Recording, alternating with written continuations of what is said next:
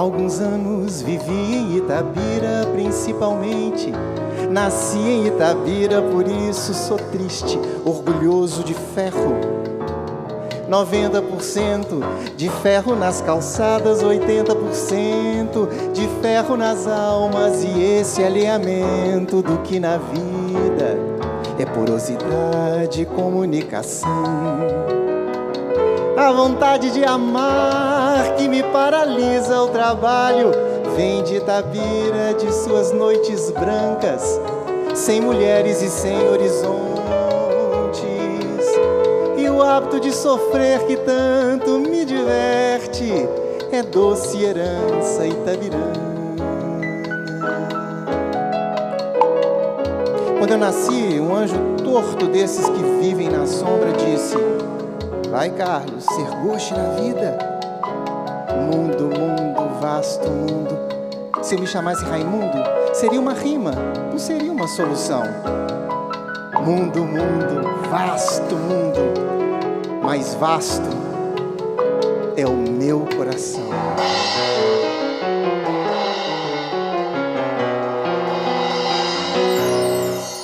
De Itabira trouxe prendas diversas, que ora te ofereço. Este São Benedito do velho santeiro Alfredo Duval.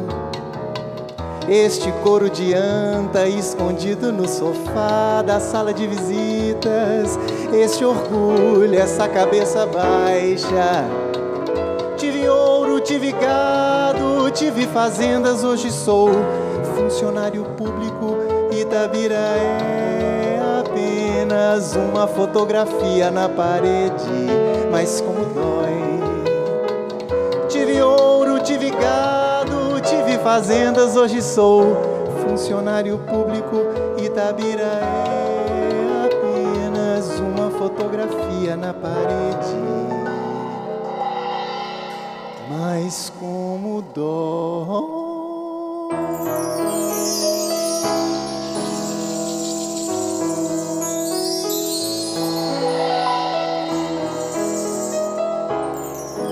O Arte no Ar hoje homenageia Carlos Drummond de Andrade.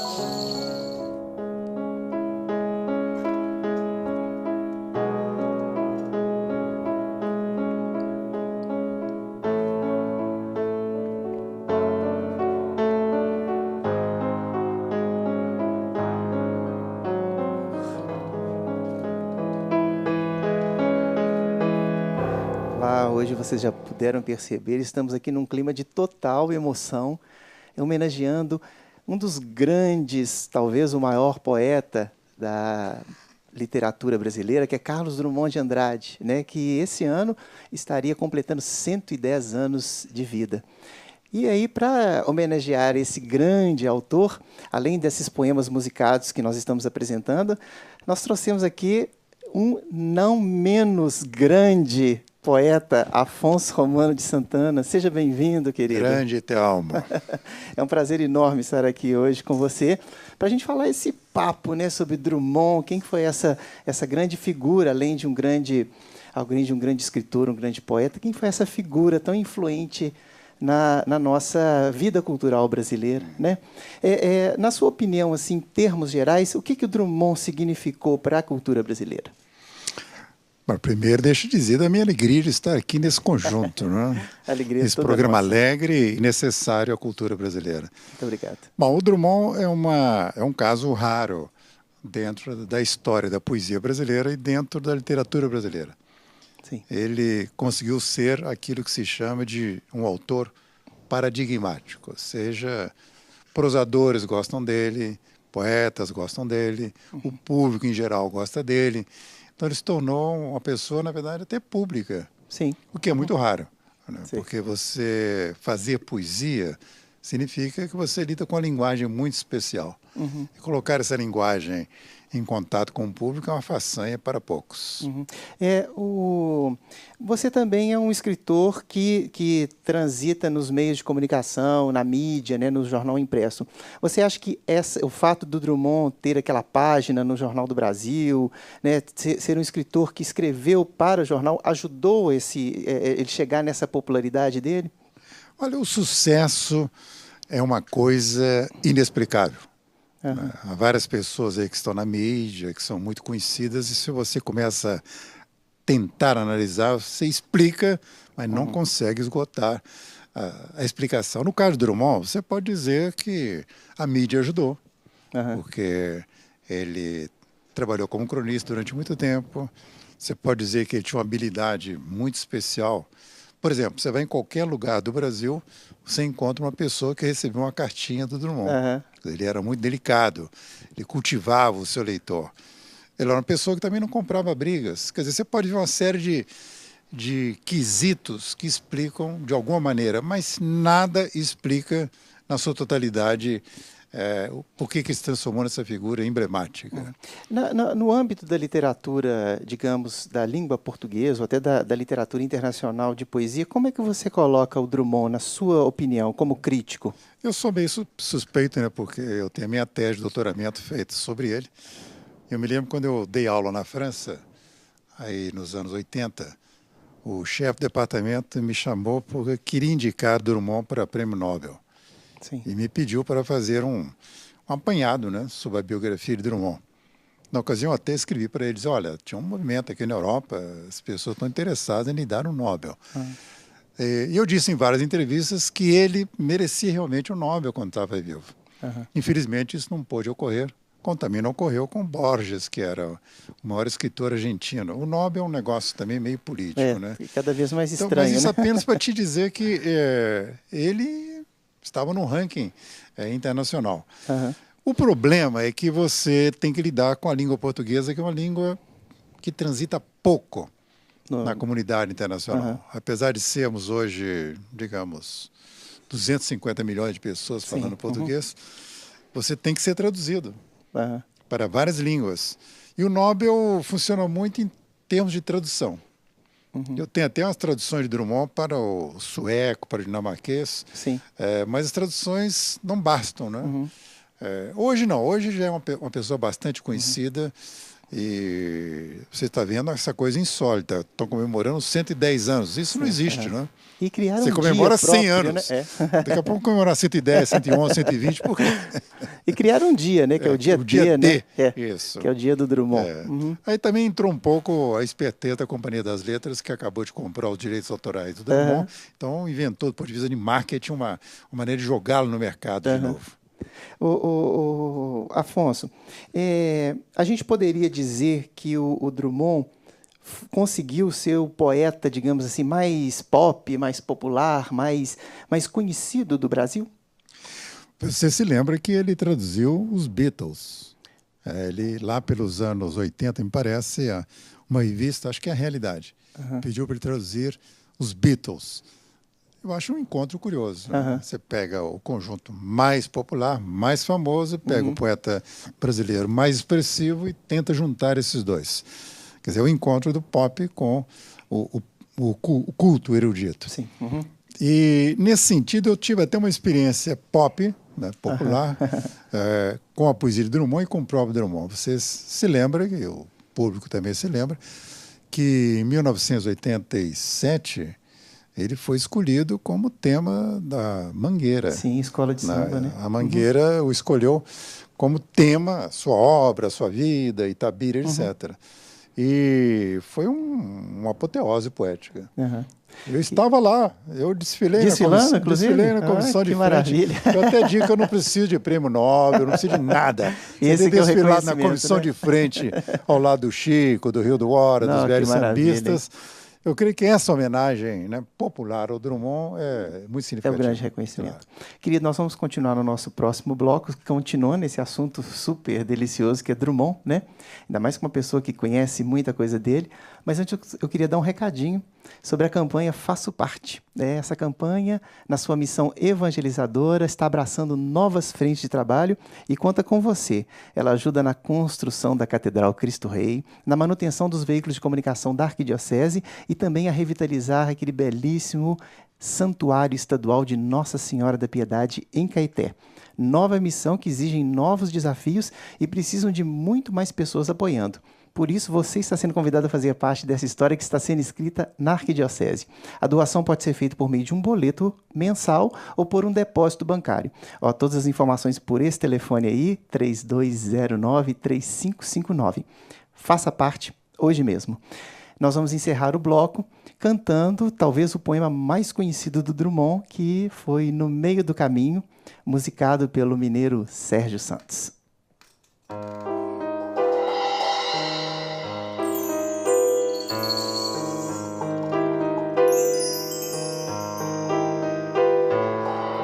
No meio do caminho tinha uma pedra.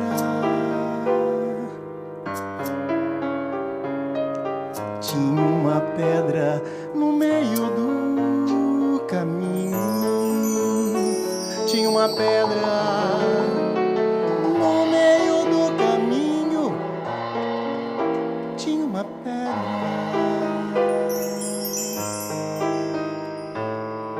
Nunca me esquecerei desse acontecimento na vida de minhas retinas tão fatigadas. Nunca me esquecerei. E no meio do caminho tinha uma pedra. Tinha uma pedra no meio do caminho.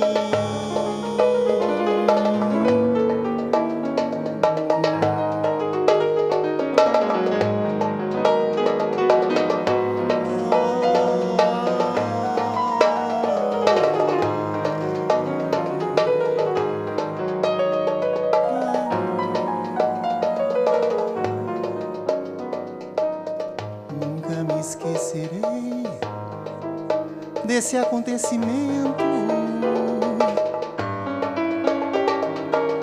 na vida de minhas retinas tão fatigadas. Nunca me esquecerei que no meio do caminho tinha uma pedra. Tinha uma pedra no meio.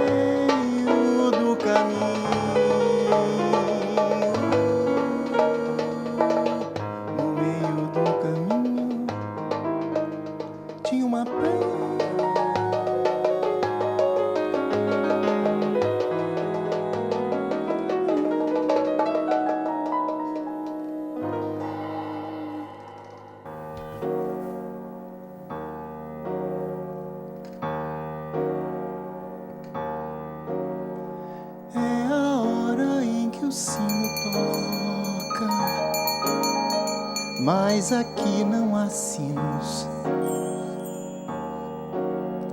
Há somente buzinas, sirenes, roucas, apitos, aflitos, pungentes, trágicos, uivando escuro segredo. Nessa hora eu tenho medo. É a hora em que o pássaro volta, mas já muito não há pássaros. Só multidões compactas escorrendo exaustas como espesso óleo que impregna o lajedo.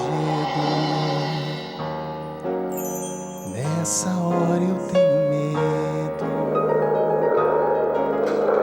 É a hora do descanso, mas o descanso vem tarde. O corpo não pede sono depois de tanto rodar.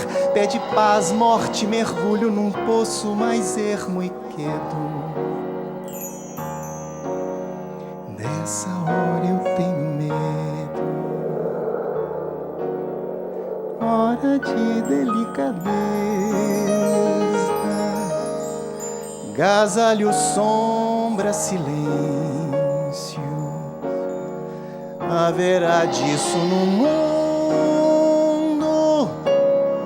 É antes a hora dos corvos bicando em mim.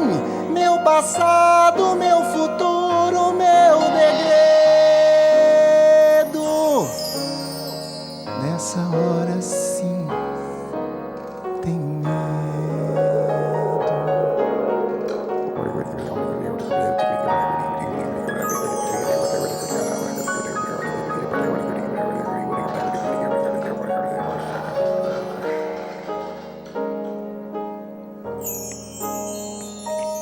Pois é, estamos hoje aqui homenageando Carlos Drummond de Andrade, esse grande poeta. E esse Anoitecer é um dos meus poemas favoritos. Você tem um poema seu favorito? O favorito é a obra inteira, né? A obra inteira. Quando eu fiz a tese sobre ele, eu fiz esse trabalho de tentar entender o conjunto da obra. Eu acho que o grande poeta é aquele que não faz apenas um poema. Não faz apenas um livro. O grande poeta é aquele que desenvolve uma visão de mundo, né, uma visão de sua época, tem uma noção de história, da dramaticidade do seu tempo. E isso o Drummond fez desde o seu primeiro livro, né? Você observa que existe uma progressão, uma entrada dele dentro dos problemas de sua época, desde o primeiro livro, né? Alguma poesia, coisa modesta, né? Alguma poesia, né? Até os poemas maiores do Rosa do Povo, Claro Enigma, etc. Afonso, a mineiridade, né? O fato de ter nascido em Itabira, essa coisa também até um pouco tímida, que eu não sei se é bem de mineiro, mas que ele levou isso pela vida inteira. Minas tem uma influência forte na obra do Drummond? Tem. Aliás, o grande escritor é aquele que inventa o seu lugar de nascimento, né? O Jorge Amado inventou a Bahia. Existe uma Bahia antes e depois de Jorge Amado. O Nordeste é um antes e depois do Zé Lins do Rego. Sim. E Itabira é uma antes e depois de Drummond. Essa força que a ficção tem, que a literatura tem, de recriar a realidade. Você, quando vai a Itabira hoje, eu estive lá várias vezes, sim, e uma das vezes que lá eu estive, havia uma dramatização na cidade, feita por cantores, por atores, que saíam de rua em rua, de casa em casa. Os Drummondzinhos, né? Os meninos também. Fazendo a leitura de poemas de Drummond, dramatizando o que ele escreveu como literatura. Ou seja, o que é literatura virou, de repente, realidade. Sim. As pessoas começam a ver Itabira através dos olhos de Drummond. E essa relação foi difícil, foi conturbada, não foi? Houve uns mal-entendidos aí que já foram superados. Na verdade, Drummond colocou Itabira no mapa. Isso é que é importante. E esse livro aqui foi um dos livros importantes para isso, não? Ou não? Boitempo. Boitempo. Ali na obra dele existe essa coisa curiosa. Depois de Claro Enigma, ele começa um retorno à sua infância. E esse livro tem Boitempo 1, Boitempo 2.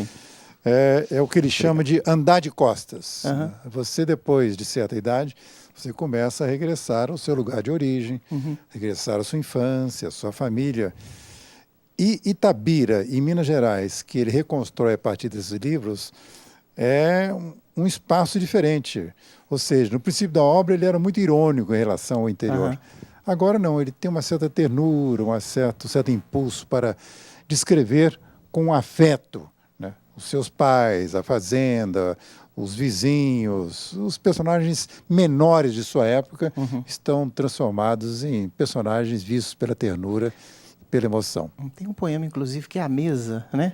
Que ele retrata esse relacionamento da família em torno da mesa, que é impressionante, né? Ali, na verdade, está a família dele. Sim. E está a família mineira. E eu diria que está a família geral, né? Um francês, um espanhol lendo esse poema se sente sentando ou sentado naquela mesa e participando da comunhão da poesia. O Drummond, ele viveu em Itabira até uma certa idade, digamos assim, até o início da juventude. Depois ele mudou-se para Belo Horizonte, né? E em Belo Horizonte, isso, digamos assim, anos 30, né? Vamos colocar anos 20 para anos 30. Foi quando ele publicou esse No Meio do Caminho, foi em 28, mais ou menos, né? Essa fase belo-horizontina, o que marcou na vida dele? Olha, ele trabalhou aqui no antigo Diário de Minas, era cronista. Aliás, quando eu comecei a pesquisar a obra dele, você nem tinha nascido, em 1957, 58, eu fui ao Arquivo Público aqui de Belo Horizonte, eu trabalhava aqui, ia para a faculdade ainda, encontrei no Diário de Minas da época os escritos de Drummond entre os anos 20 e os anos 30.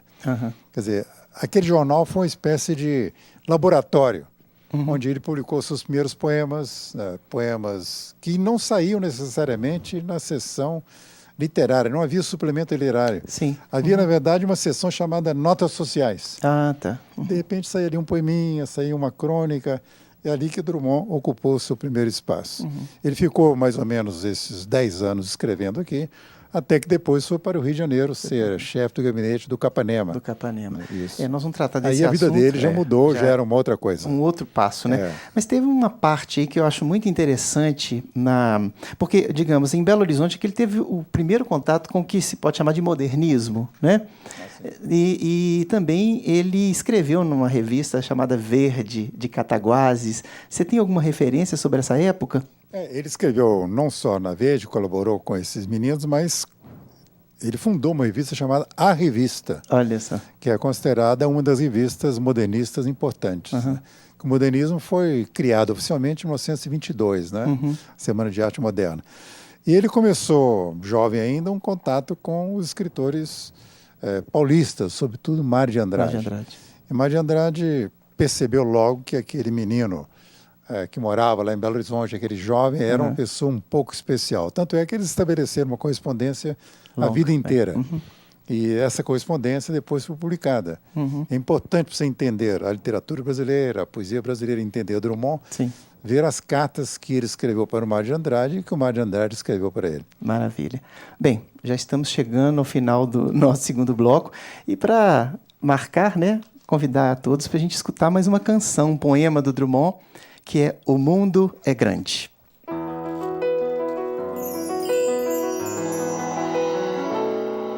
O mundo é grande e cabe nessa janela sobre o mar. O mar é grande, cabe na cama e no colchão de amar. O amor é grande e cabe no breve espaço de beijar. O mundo é grande e cabe nessa janela sobre o mar. Ao piano, Danilo Abreu. Na percussão, Ana Brandão.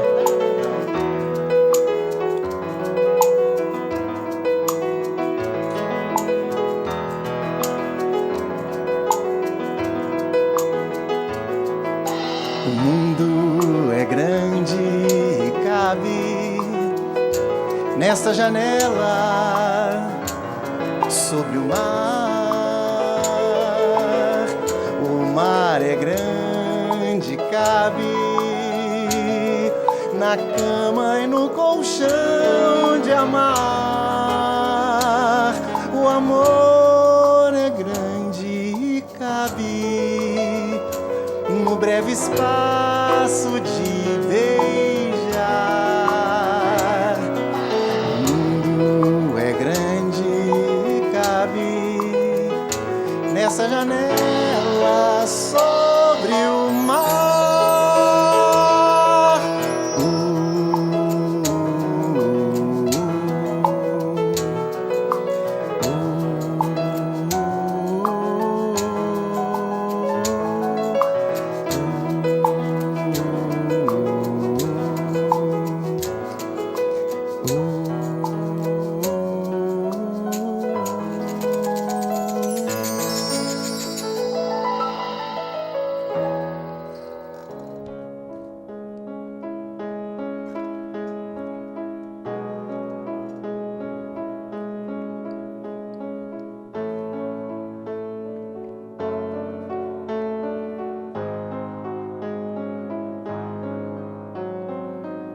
Quero que todos os dias do ano, todos os dias da vida, de meia em meia hora, de 5 em 5 minutos, me digas: eu te amo.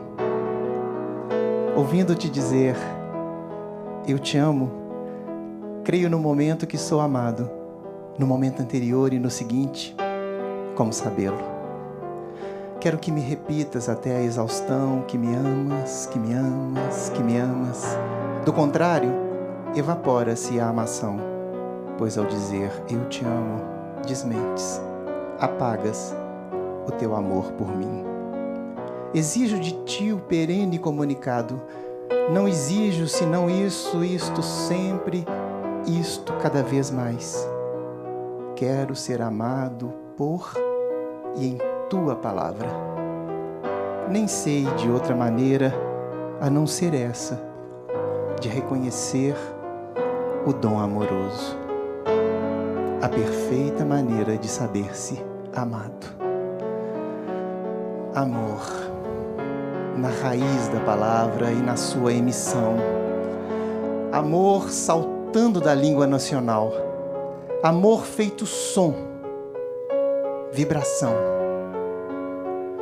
No momento em que não me dizes eu te amo, inexoravelmente sei que deixaste de amar-me, que nunca me amastes antes. Se não me disseres urgente, repetido, eu te amo, amo, amo, amo, amo, verdade fulminante que acabas de desentranhar, eu me precipito no caos. Essa coleção de objetos de não amor.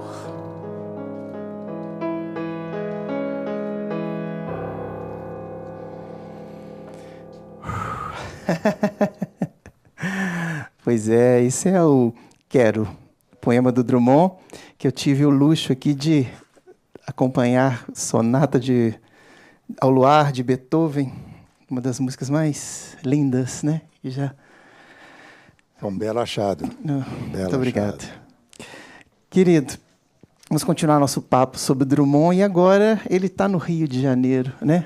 E ele foi ao Rio de Janeiro convidado pelo Gustavo Capanema. Isso, trabalhou 15 anos ali no Ministério da Educação. E eu, quando eu conheci no Ministério. É mesmo? Eu tinha saído de Juiz de Fora para visitá-lo, tinha 16 anos, imagina.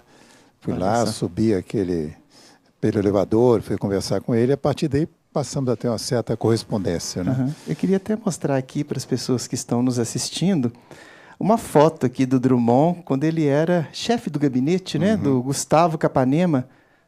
Por favor, Bruno.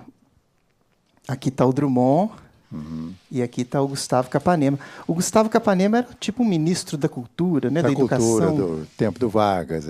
O Drummond, na verdade, todos sabem, ele não gostava de viajar, né? Ele só saiu no máximo para ir à Argentina visitar a filha, que havia se casado com um advogado argentino, que, aliás, é meu amigo, Manolo, que tem agora 96 anos. Que isso. Recebi um e-mail dele ainda essa semana. Olha e é só. tradutor do Drummond, traduziu coisas minhas também. E está vivo lá em Córdoba. Não é? É o pai desses meninos, Luiz Maurício, a quem o Drummond dedicou. Pedro, né? Do Pedro, etc., que são os tomadores de contas da obra do Drummond. Obra dele. E a filha de Drummond, a Julieta, casou-se com esse argentino, foi morar em Buenos Aires, dirigiu o Centro Cultural em Buenos Aires, viveu lá, e o Drummond pouco saiu daqui para visitar a filha. Sempre esteve no Brasil. Ô, Afonso, eu já li alguma coisa a respeito, que o Drummond ele tinha uma visão assim, meio irônica a respeito das possibilidades do mundo, inclusive assim, do papel dele no mundo, né? Só que quando ele chegou no Rio e viu aquela coisa toda aberta, que ele até compôs esse, né? O mundo é grande, né? E cabe. Quer dizer, ele teve uma outra visão do mundo. Visão. No estudo que eu fiz sobre ele, eu marco exatamente esses 3 momentos da vida dele, né? Tem um momento que eu chamo de eu menor que o mundo.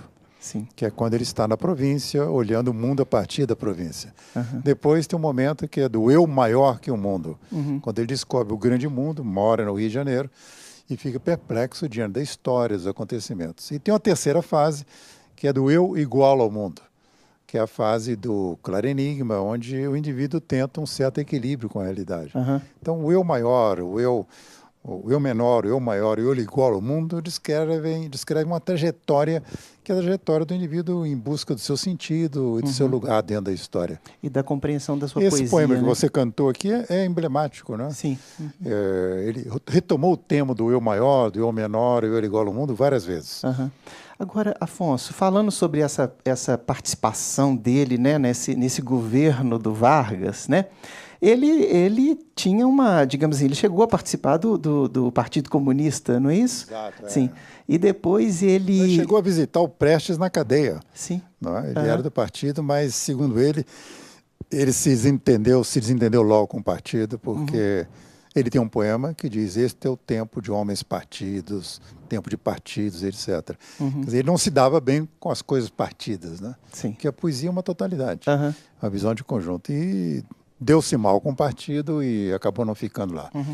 Mas uma como experiência era frustrada, na verdade. Sim. E como era esse homem com essa cabeça, com essa capacidade literária e poética tão grande, se encaixando dentro do funcionário público, do chefe de gabinete, de uma ditadura? Você sabe que ele era uma pessoa insuportável nesse sentido, né?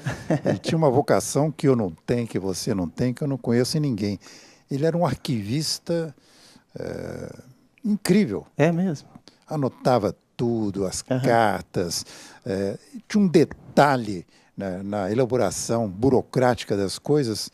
Todo dia, quando ele terminava o seu dia, ele pegava o que seria um lixo de papéis, recortava aquilo cautelosamente e levava e jogava na lixeira. É um homem cuidador, de detalhes ao máximo, que está na vida do burocrata que ele foi. Sim. Agora, a amizade com o Gustavo Capanema foi importante para esse Foi, porque aí ele ficou cargo, né? num ponto exponencial, né? Ele Sim. teve o privilégio de ver a cultura brasileira de uma certa perspectiva, o que cria até um problema, que há alguns críticos que acusam Drummond de ter participado do governo da ditadura. Sim. Esse governo da ditadura é um governo um pouco complicado, né? Uhum. Porque Jorge Amado foi preso, o Graciliano foi preso e o Drummond estava lá no gabinete. Claro, né? Há até estudos atualmente tentando rever essa situação do intelectual durante o período de Vargas, que é uma coisa complicada, né? Você imagina que Graciliano Ramos foi preso pelo Getúlio e quando saiu foi trabalhar para o Getúlio. Pois é. Quer dizer, é uma relação um pouco complicada. Difícil. Querido, já estamos finalizando mais um bloco. É uma pena, né? Porque é tanto assunto bom. E vamos finalizar com uma canção que eu gosto muito, que é Cadeira de Balanço, que foi musicado pela Joyce. Vamos lá.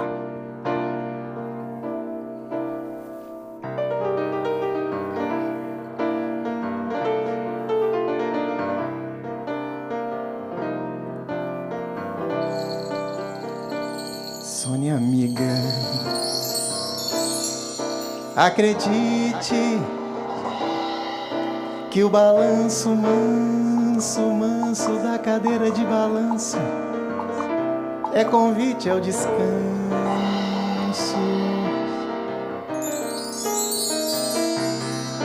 A maneira bem mineira,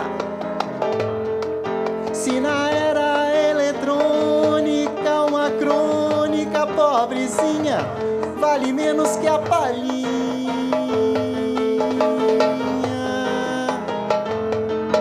A cadeira erva havana, a pedida verdadeira é tirar uma pestana devagar no remanso da cadeira de balanço.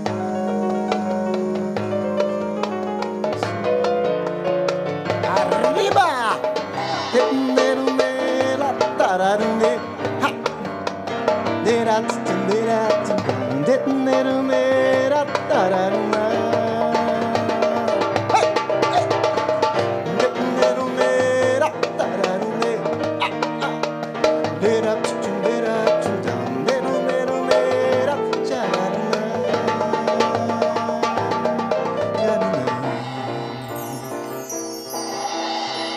O que foi feito, amigo? O que foi feito, amigo?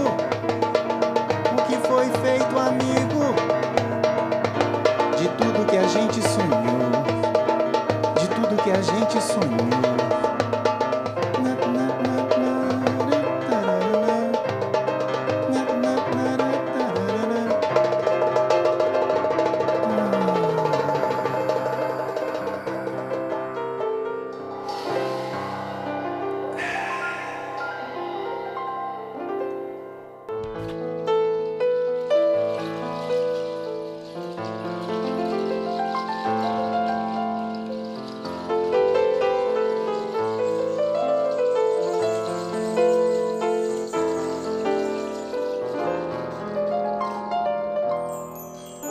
Eu preparo uma canção em que minha mãe se reconheça, todas as mães se reconheçam e que fale como dois olhos. Caminho por uma rua que passa em muitos países. Se não me veem, eu vejo e saúdo velhos amigos. Eu distribuo um segredo como quem ama ou sorri, no jeito mais natural. Dois caminhos se procuram, minha vida, nossas vidas formam um só diamante. Aprendi novas palavras e tornei outras mais belas.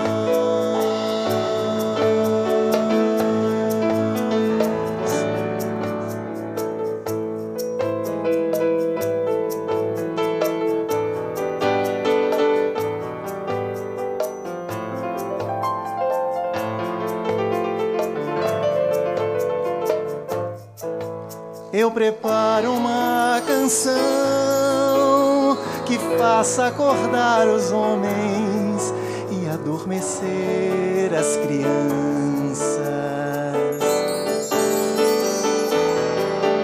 Eu preparo uma canção que faça acordar os homens e adormecer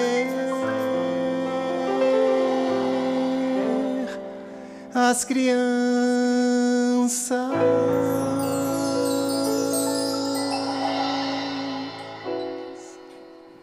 Pois é, ufa!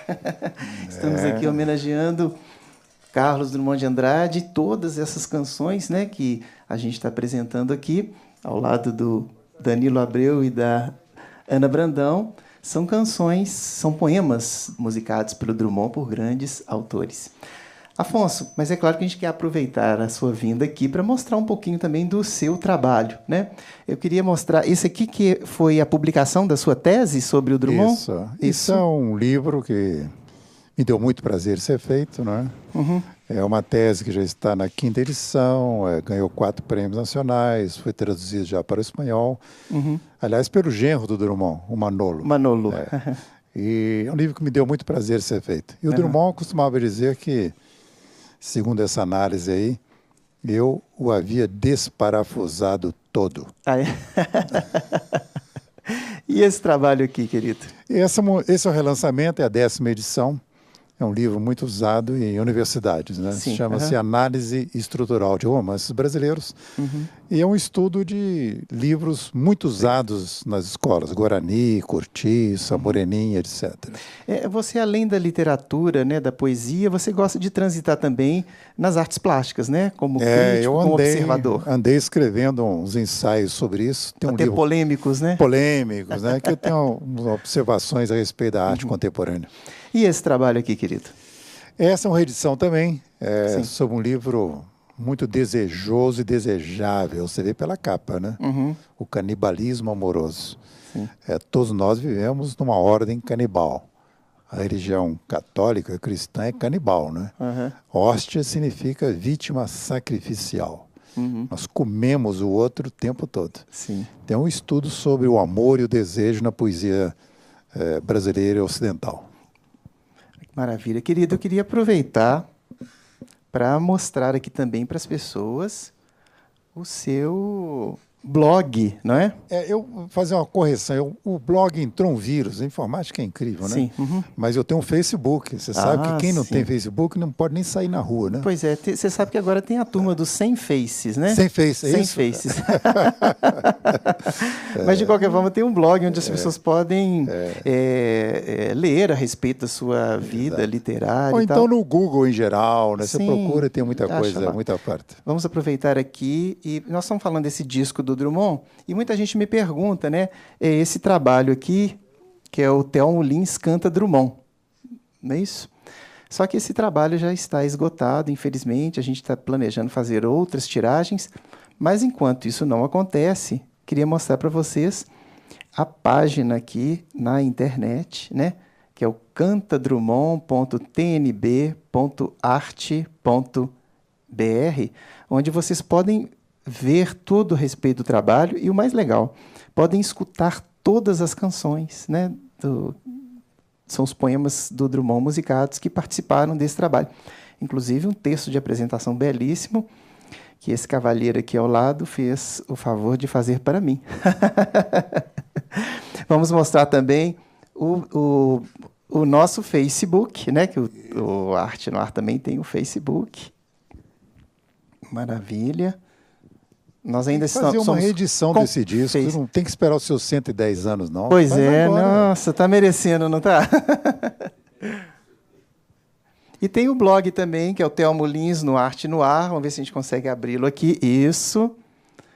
Que é onde a gente coloca as fotos aqui dos bastidores, posta os vídeos depois que o programa vai ao ar. Isso tudo que aconteceu vai aparecer aí? Tudo vai aparecer aqui, vai ficar na internet Tem para jeito, sempre. tá registrado, né? Olha só. Esse momento muito bonito e especial que a gente está vivendo aqui. Ô Afonso, além desse trabalho que a gente mostrou aqui, você tem também uma crônica semanal, né, no Jornal Globo e no Jornal Estado de Minas. No Estado de Minas, no Correio Brasiliense. O Globo não colabora mais, não. Ah, não, sim. E a crônica é uma atividade que eu desenvolvo desde a adolescência. Uhum. Já tenho uns 10, 12 livros de crônica. E a crônica tem essa coisa de contato imediato, né? Você entra na casa da pessoa sem pedir licença, né? Uhum. E a pessoa lê o seu texto e estabelece um certo vínculo, graças a essa coisa um pouco sedutora que o texto da crônica tem. E no seu dia a dia, né? A gente sempre tenta comunicar com você por e-mail, telefone e tal. Ah, não, Afonso está viajando, está viajando, está viajando. É mesmo, uma trajetória, né? Olha, eu até gosto de viajar, né? até gosto de viajar. Eu tenho um livro chamado Perdidos na Toscana. Só sobre viagens pelo Que lugar bom para perder, China, né? Rússia, Índia, Toscana, exato, né? E agora, por exemplo, esse mês eu estive em Picada Café. Ninguém sabe o que é, uma cidadezinha no Rio Grande do Sul. Estive em Taubaté, estive em Porto Alegre, estou aqui. E semana que vem, não sei onde é que eu vou estar, né? A vida de poeta, de músico, você sabe disso. Mas que maravilha, isso significa... É viajar e ir ao encontro do público e da plateia. Isso significa que o público está cada vez mais ávido para ter esse encontro com o escritor, não é? Você sente isso? Eu sinto em parte isso, em parte houve uma modificação na cultura brasileira. Nós pertencemos a uma geração que eu chamo de geração viajeira. Sim. A geração dos anos 70 para frente começou a viajar. Porque começou a ter mais avião, começou a ter mais estrada, né? Não era mais como era o tempo do Drummond. O Drummond, ele saía da repartição pública e ia para a livraria, o Zé Olímpio ou a São José, ficar conversando com os amigos dele. Nós não. Estamos rodando por aí, Rio Branco, Acre, Amazonas, e etc. Uma geração inquieta e viajeira. Tendo contato com essas disparidades todas, né? O país é grande, né? Aliás, país, como dizia o Drummond, né? Tu sabes como é grande o mundo. Né? E esse mundo grande é que nós temos que visitar. Maravilha. Querido, queria agradecer mais uma vez aqui publicamente, Muito né? bem, então. O seu carinho, a sua atenção. E eu vou querer tocar com esse conjunto aqui da próxima vez, viu? Estou fascinado com esses aparelhos incríveis. Com essa percussão aí da Ana Brandão. Tira som de qualquer coisa, né? Pois é. Ai, meu Deus Até do de céu. unha de quê, Ana? Unha de carneiro. Unha de lhama, melhama. Tudo isso para homenagear Drummond, melhor ainda, né? Claro.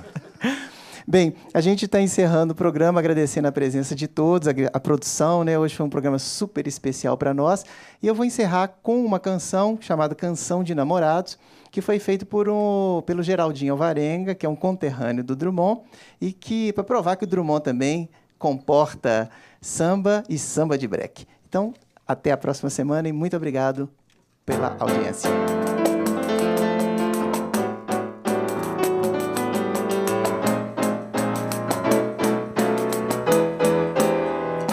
Era uma vez uma garotinha de meia soquete, saia xadrez, aí era uma vez um poeta magriço, de cara de pau, metido escocês, super gamado pela garotinha. Nosso sovaco exclama, calma, essa é minha. E daí por diante, delícia completa, seguem abraçados garotinho e poeta. Oi, era uma vez uma garotinha de meia soquete, saia xadrez, aí era uma vez um poeta magriço, de cara de pau, metido escocês, super gamado pela garotinha. Nosso sovaco exclama, calma, essa é minha, pô. E daí por diante, delícia completa, seguem abraçados garotinho e poeta. E vamos lá! Quem?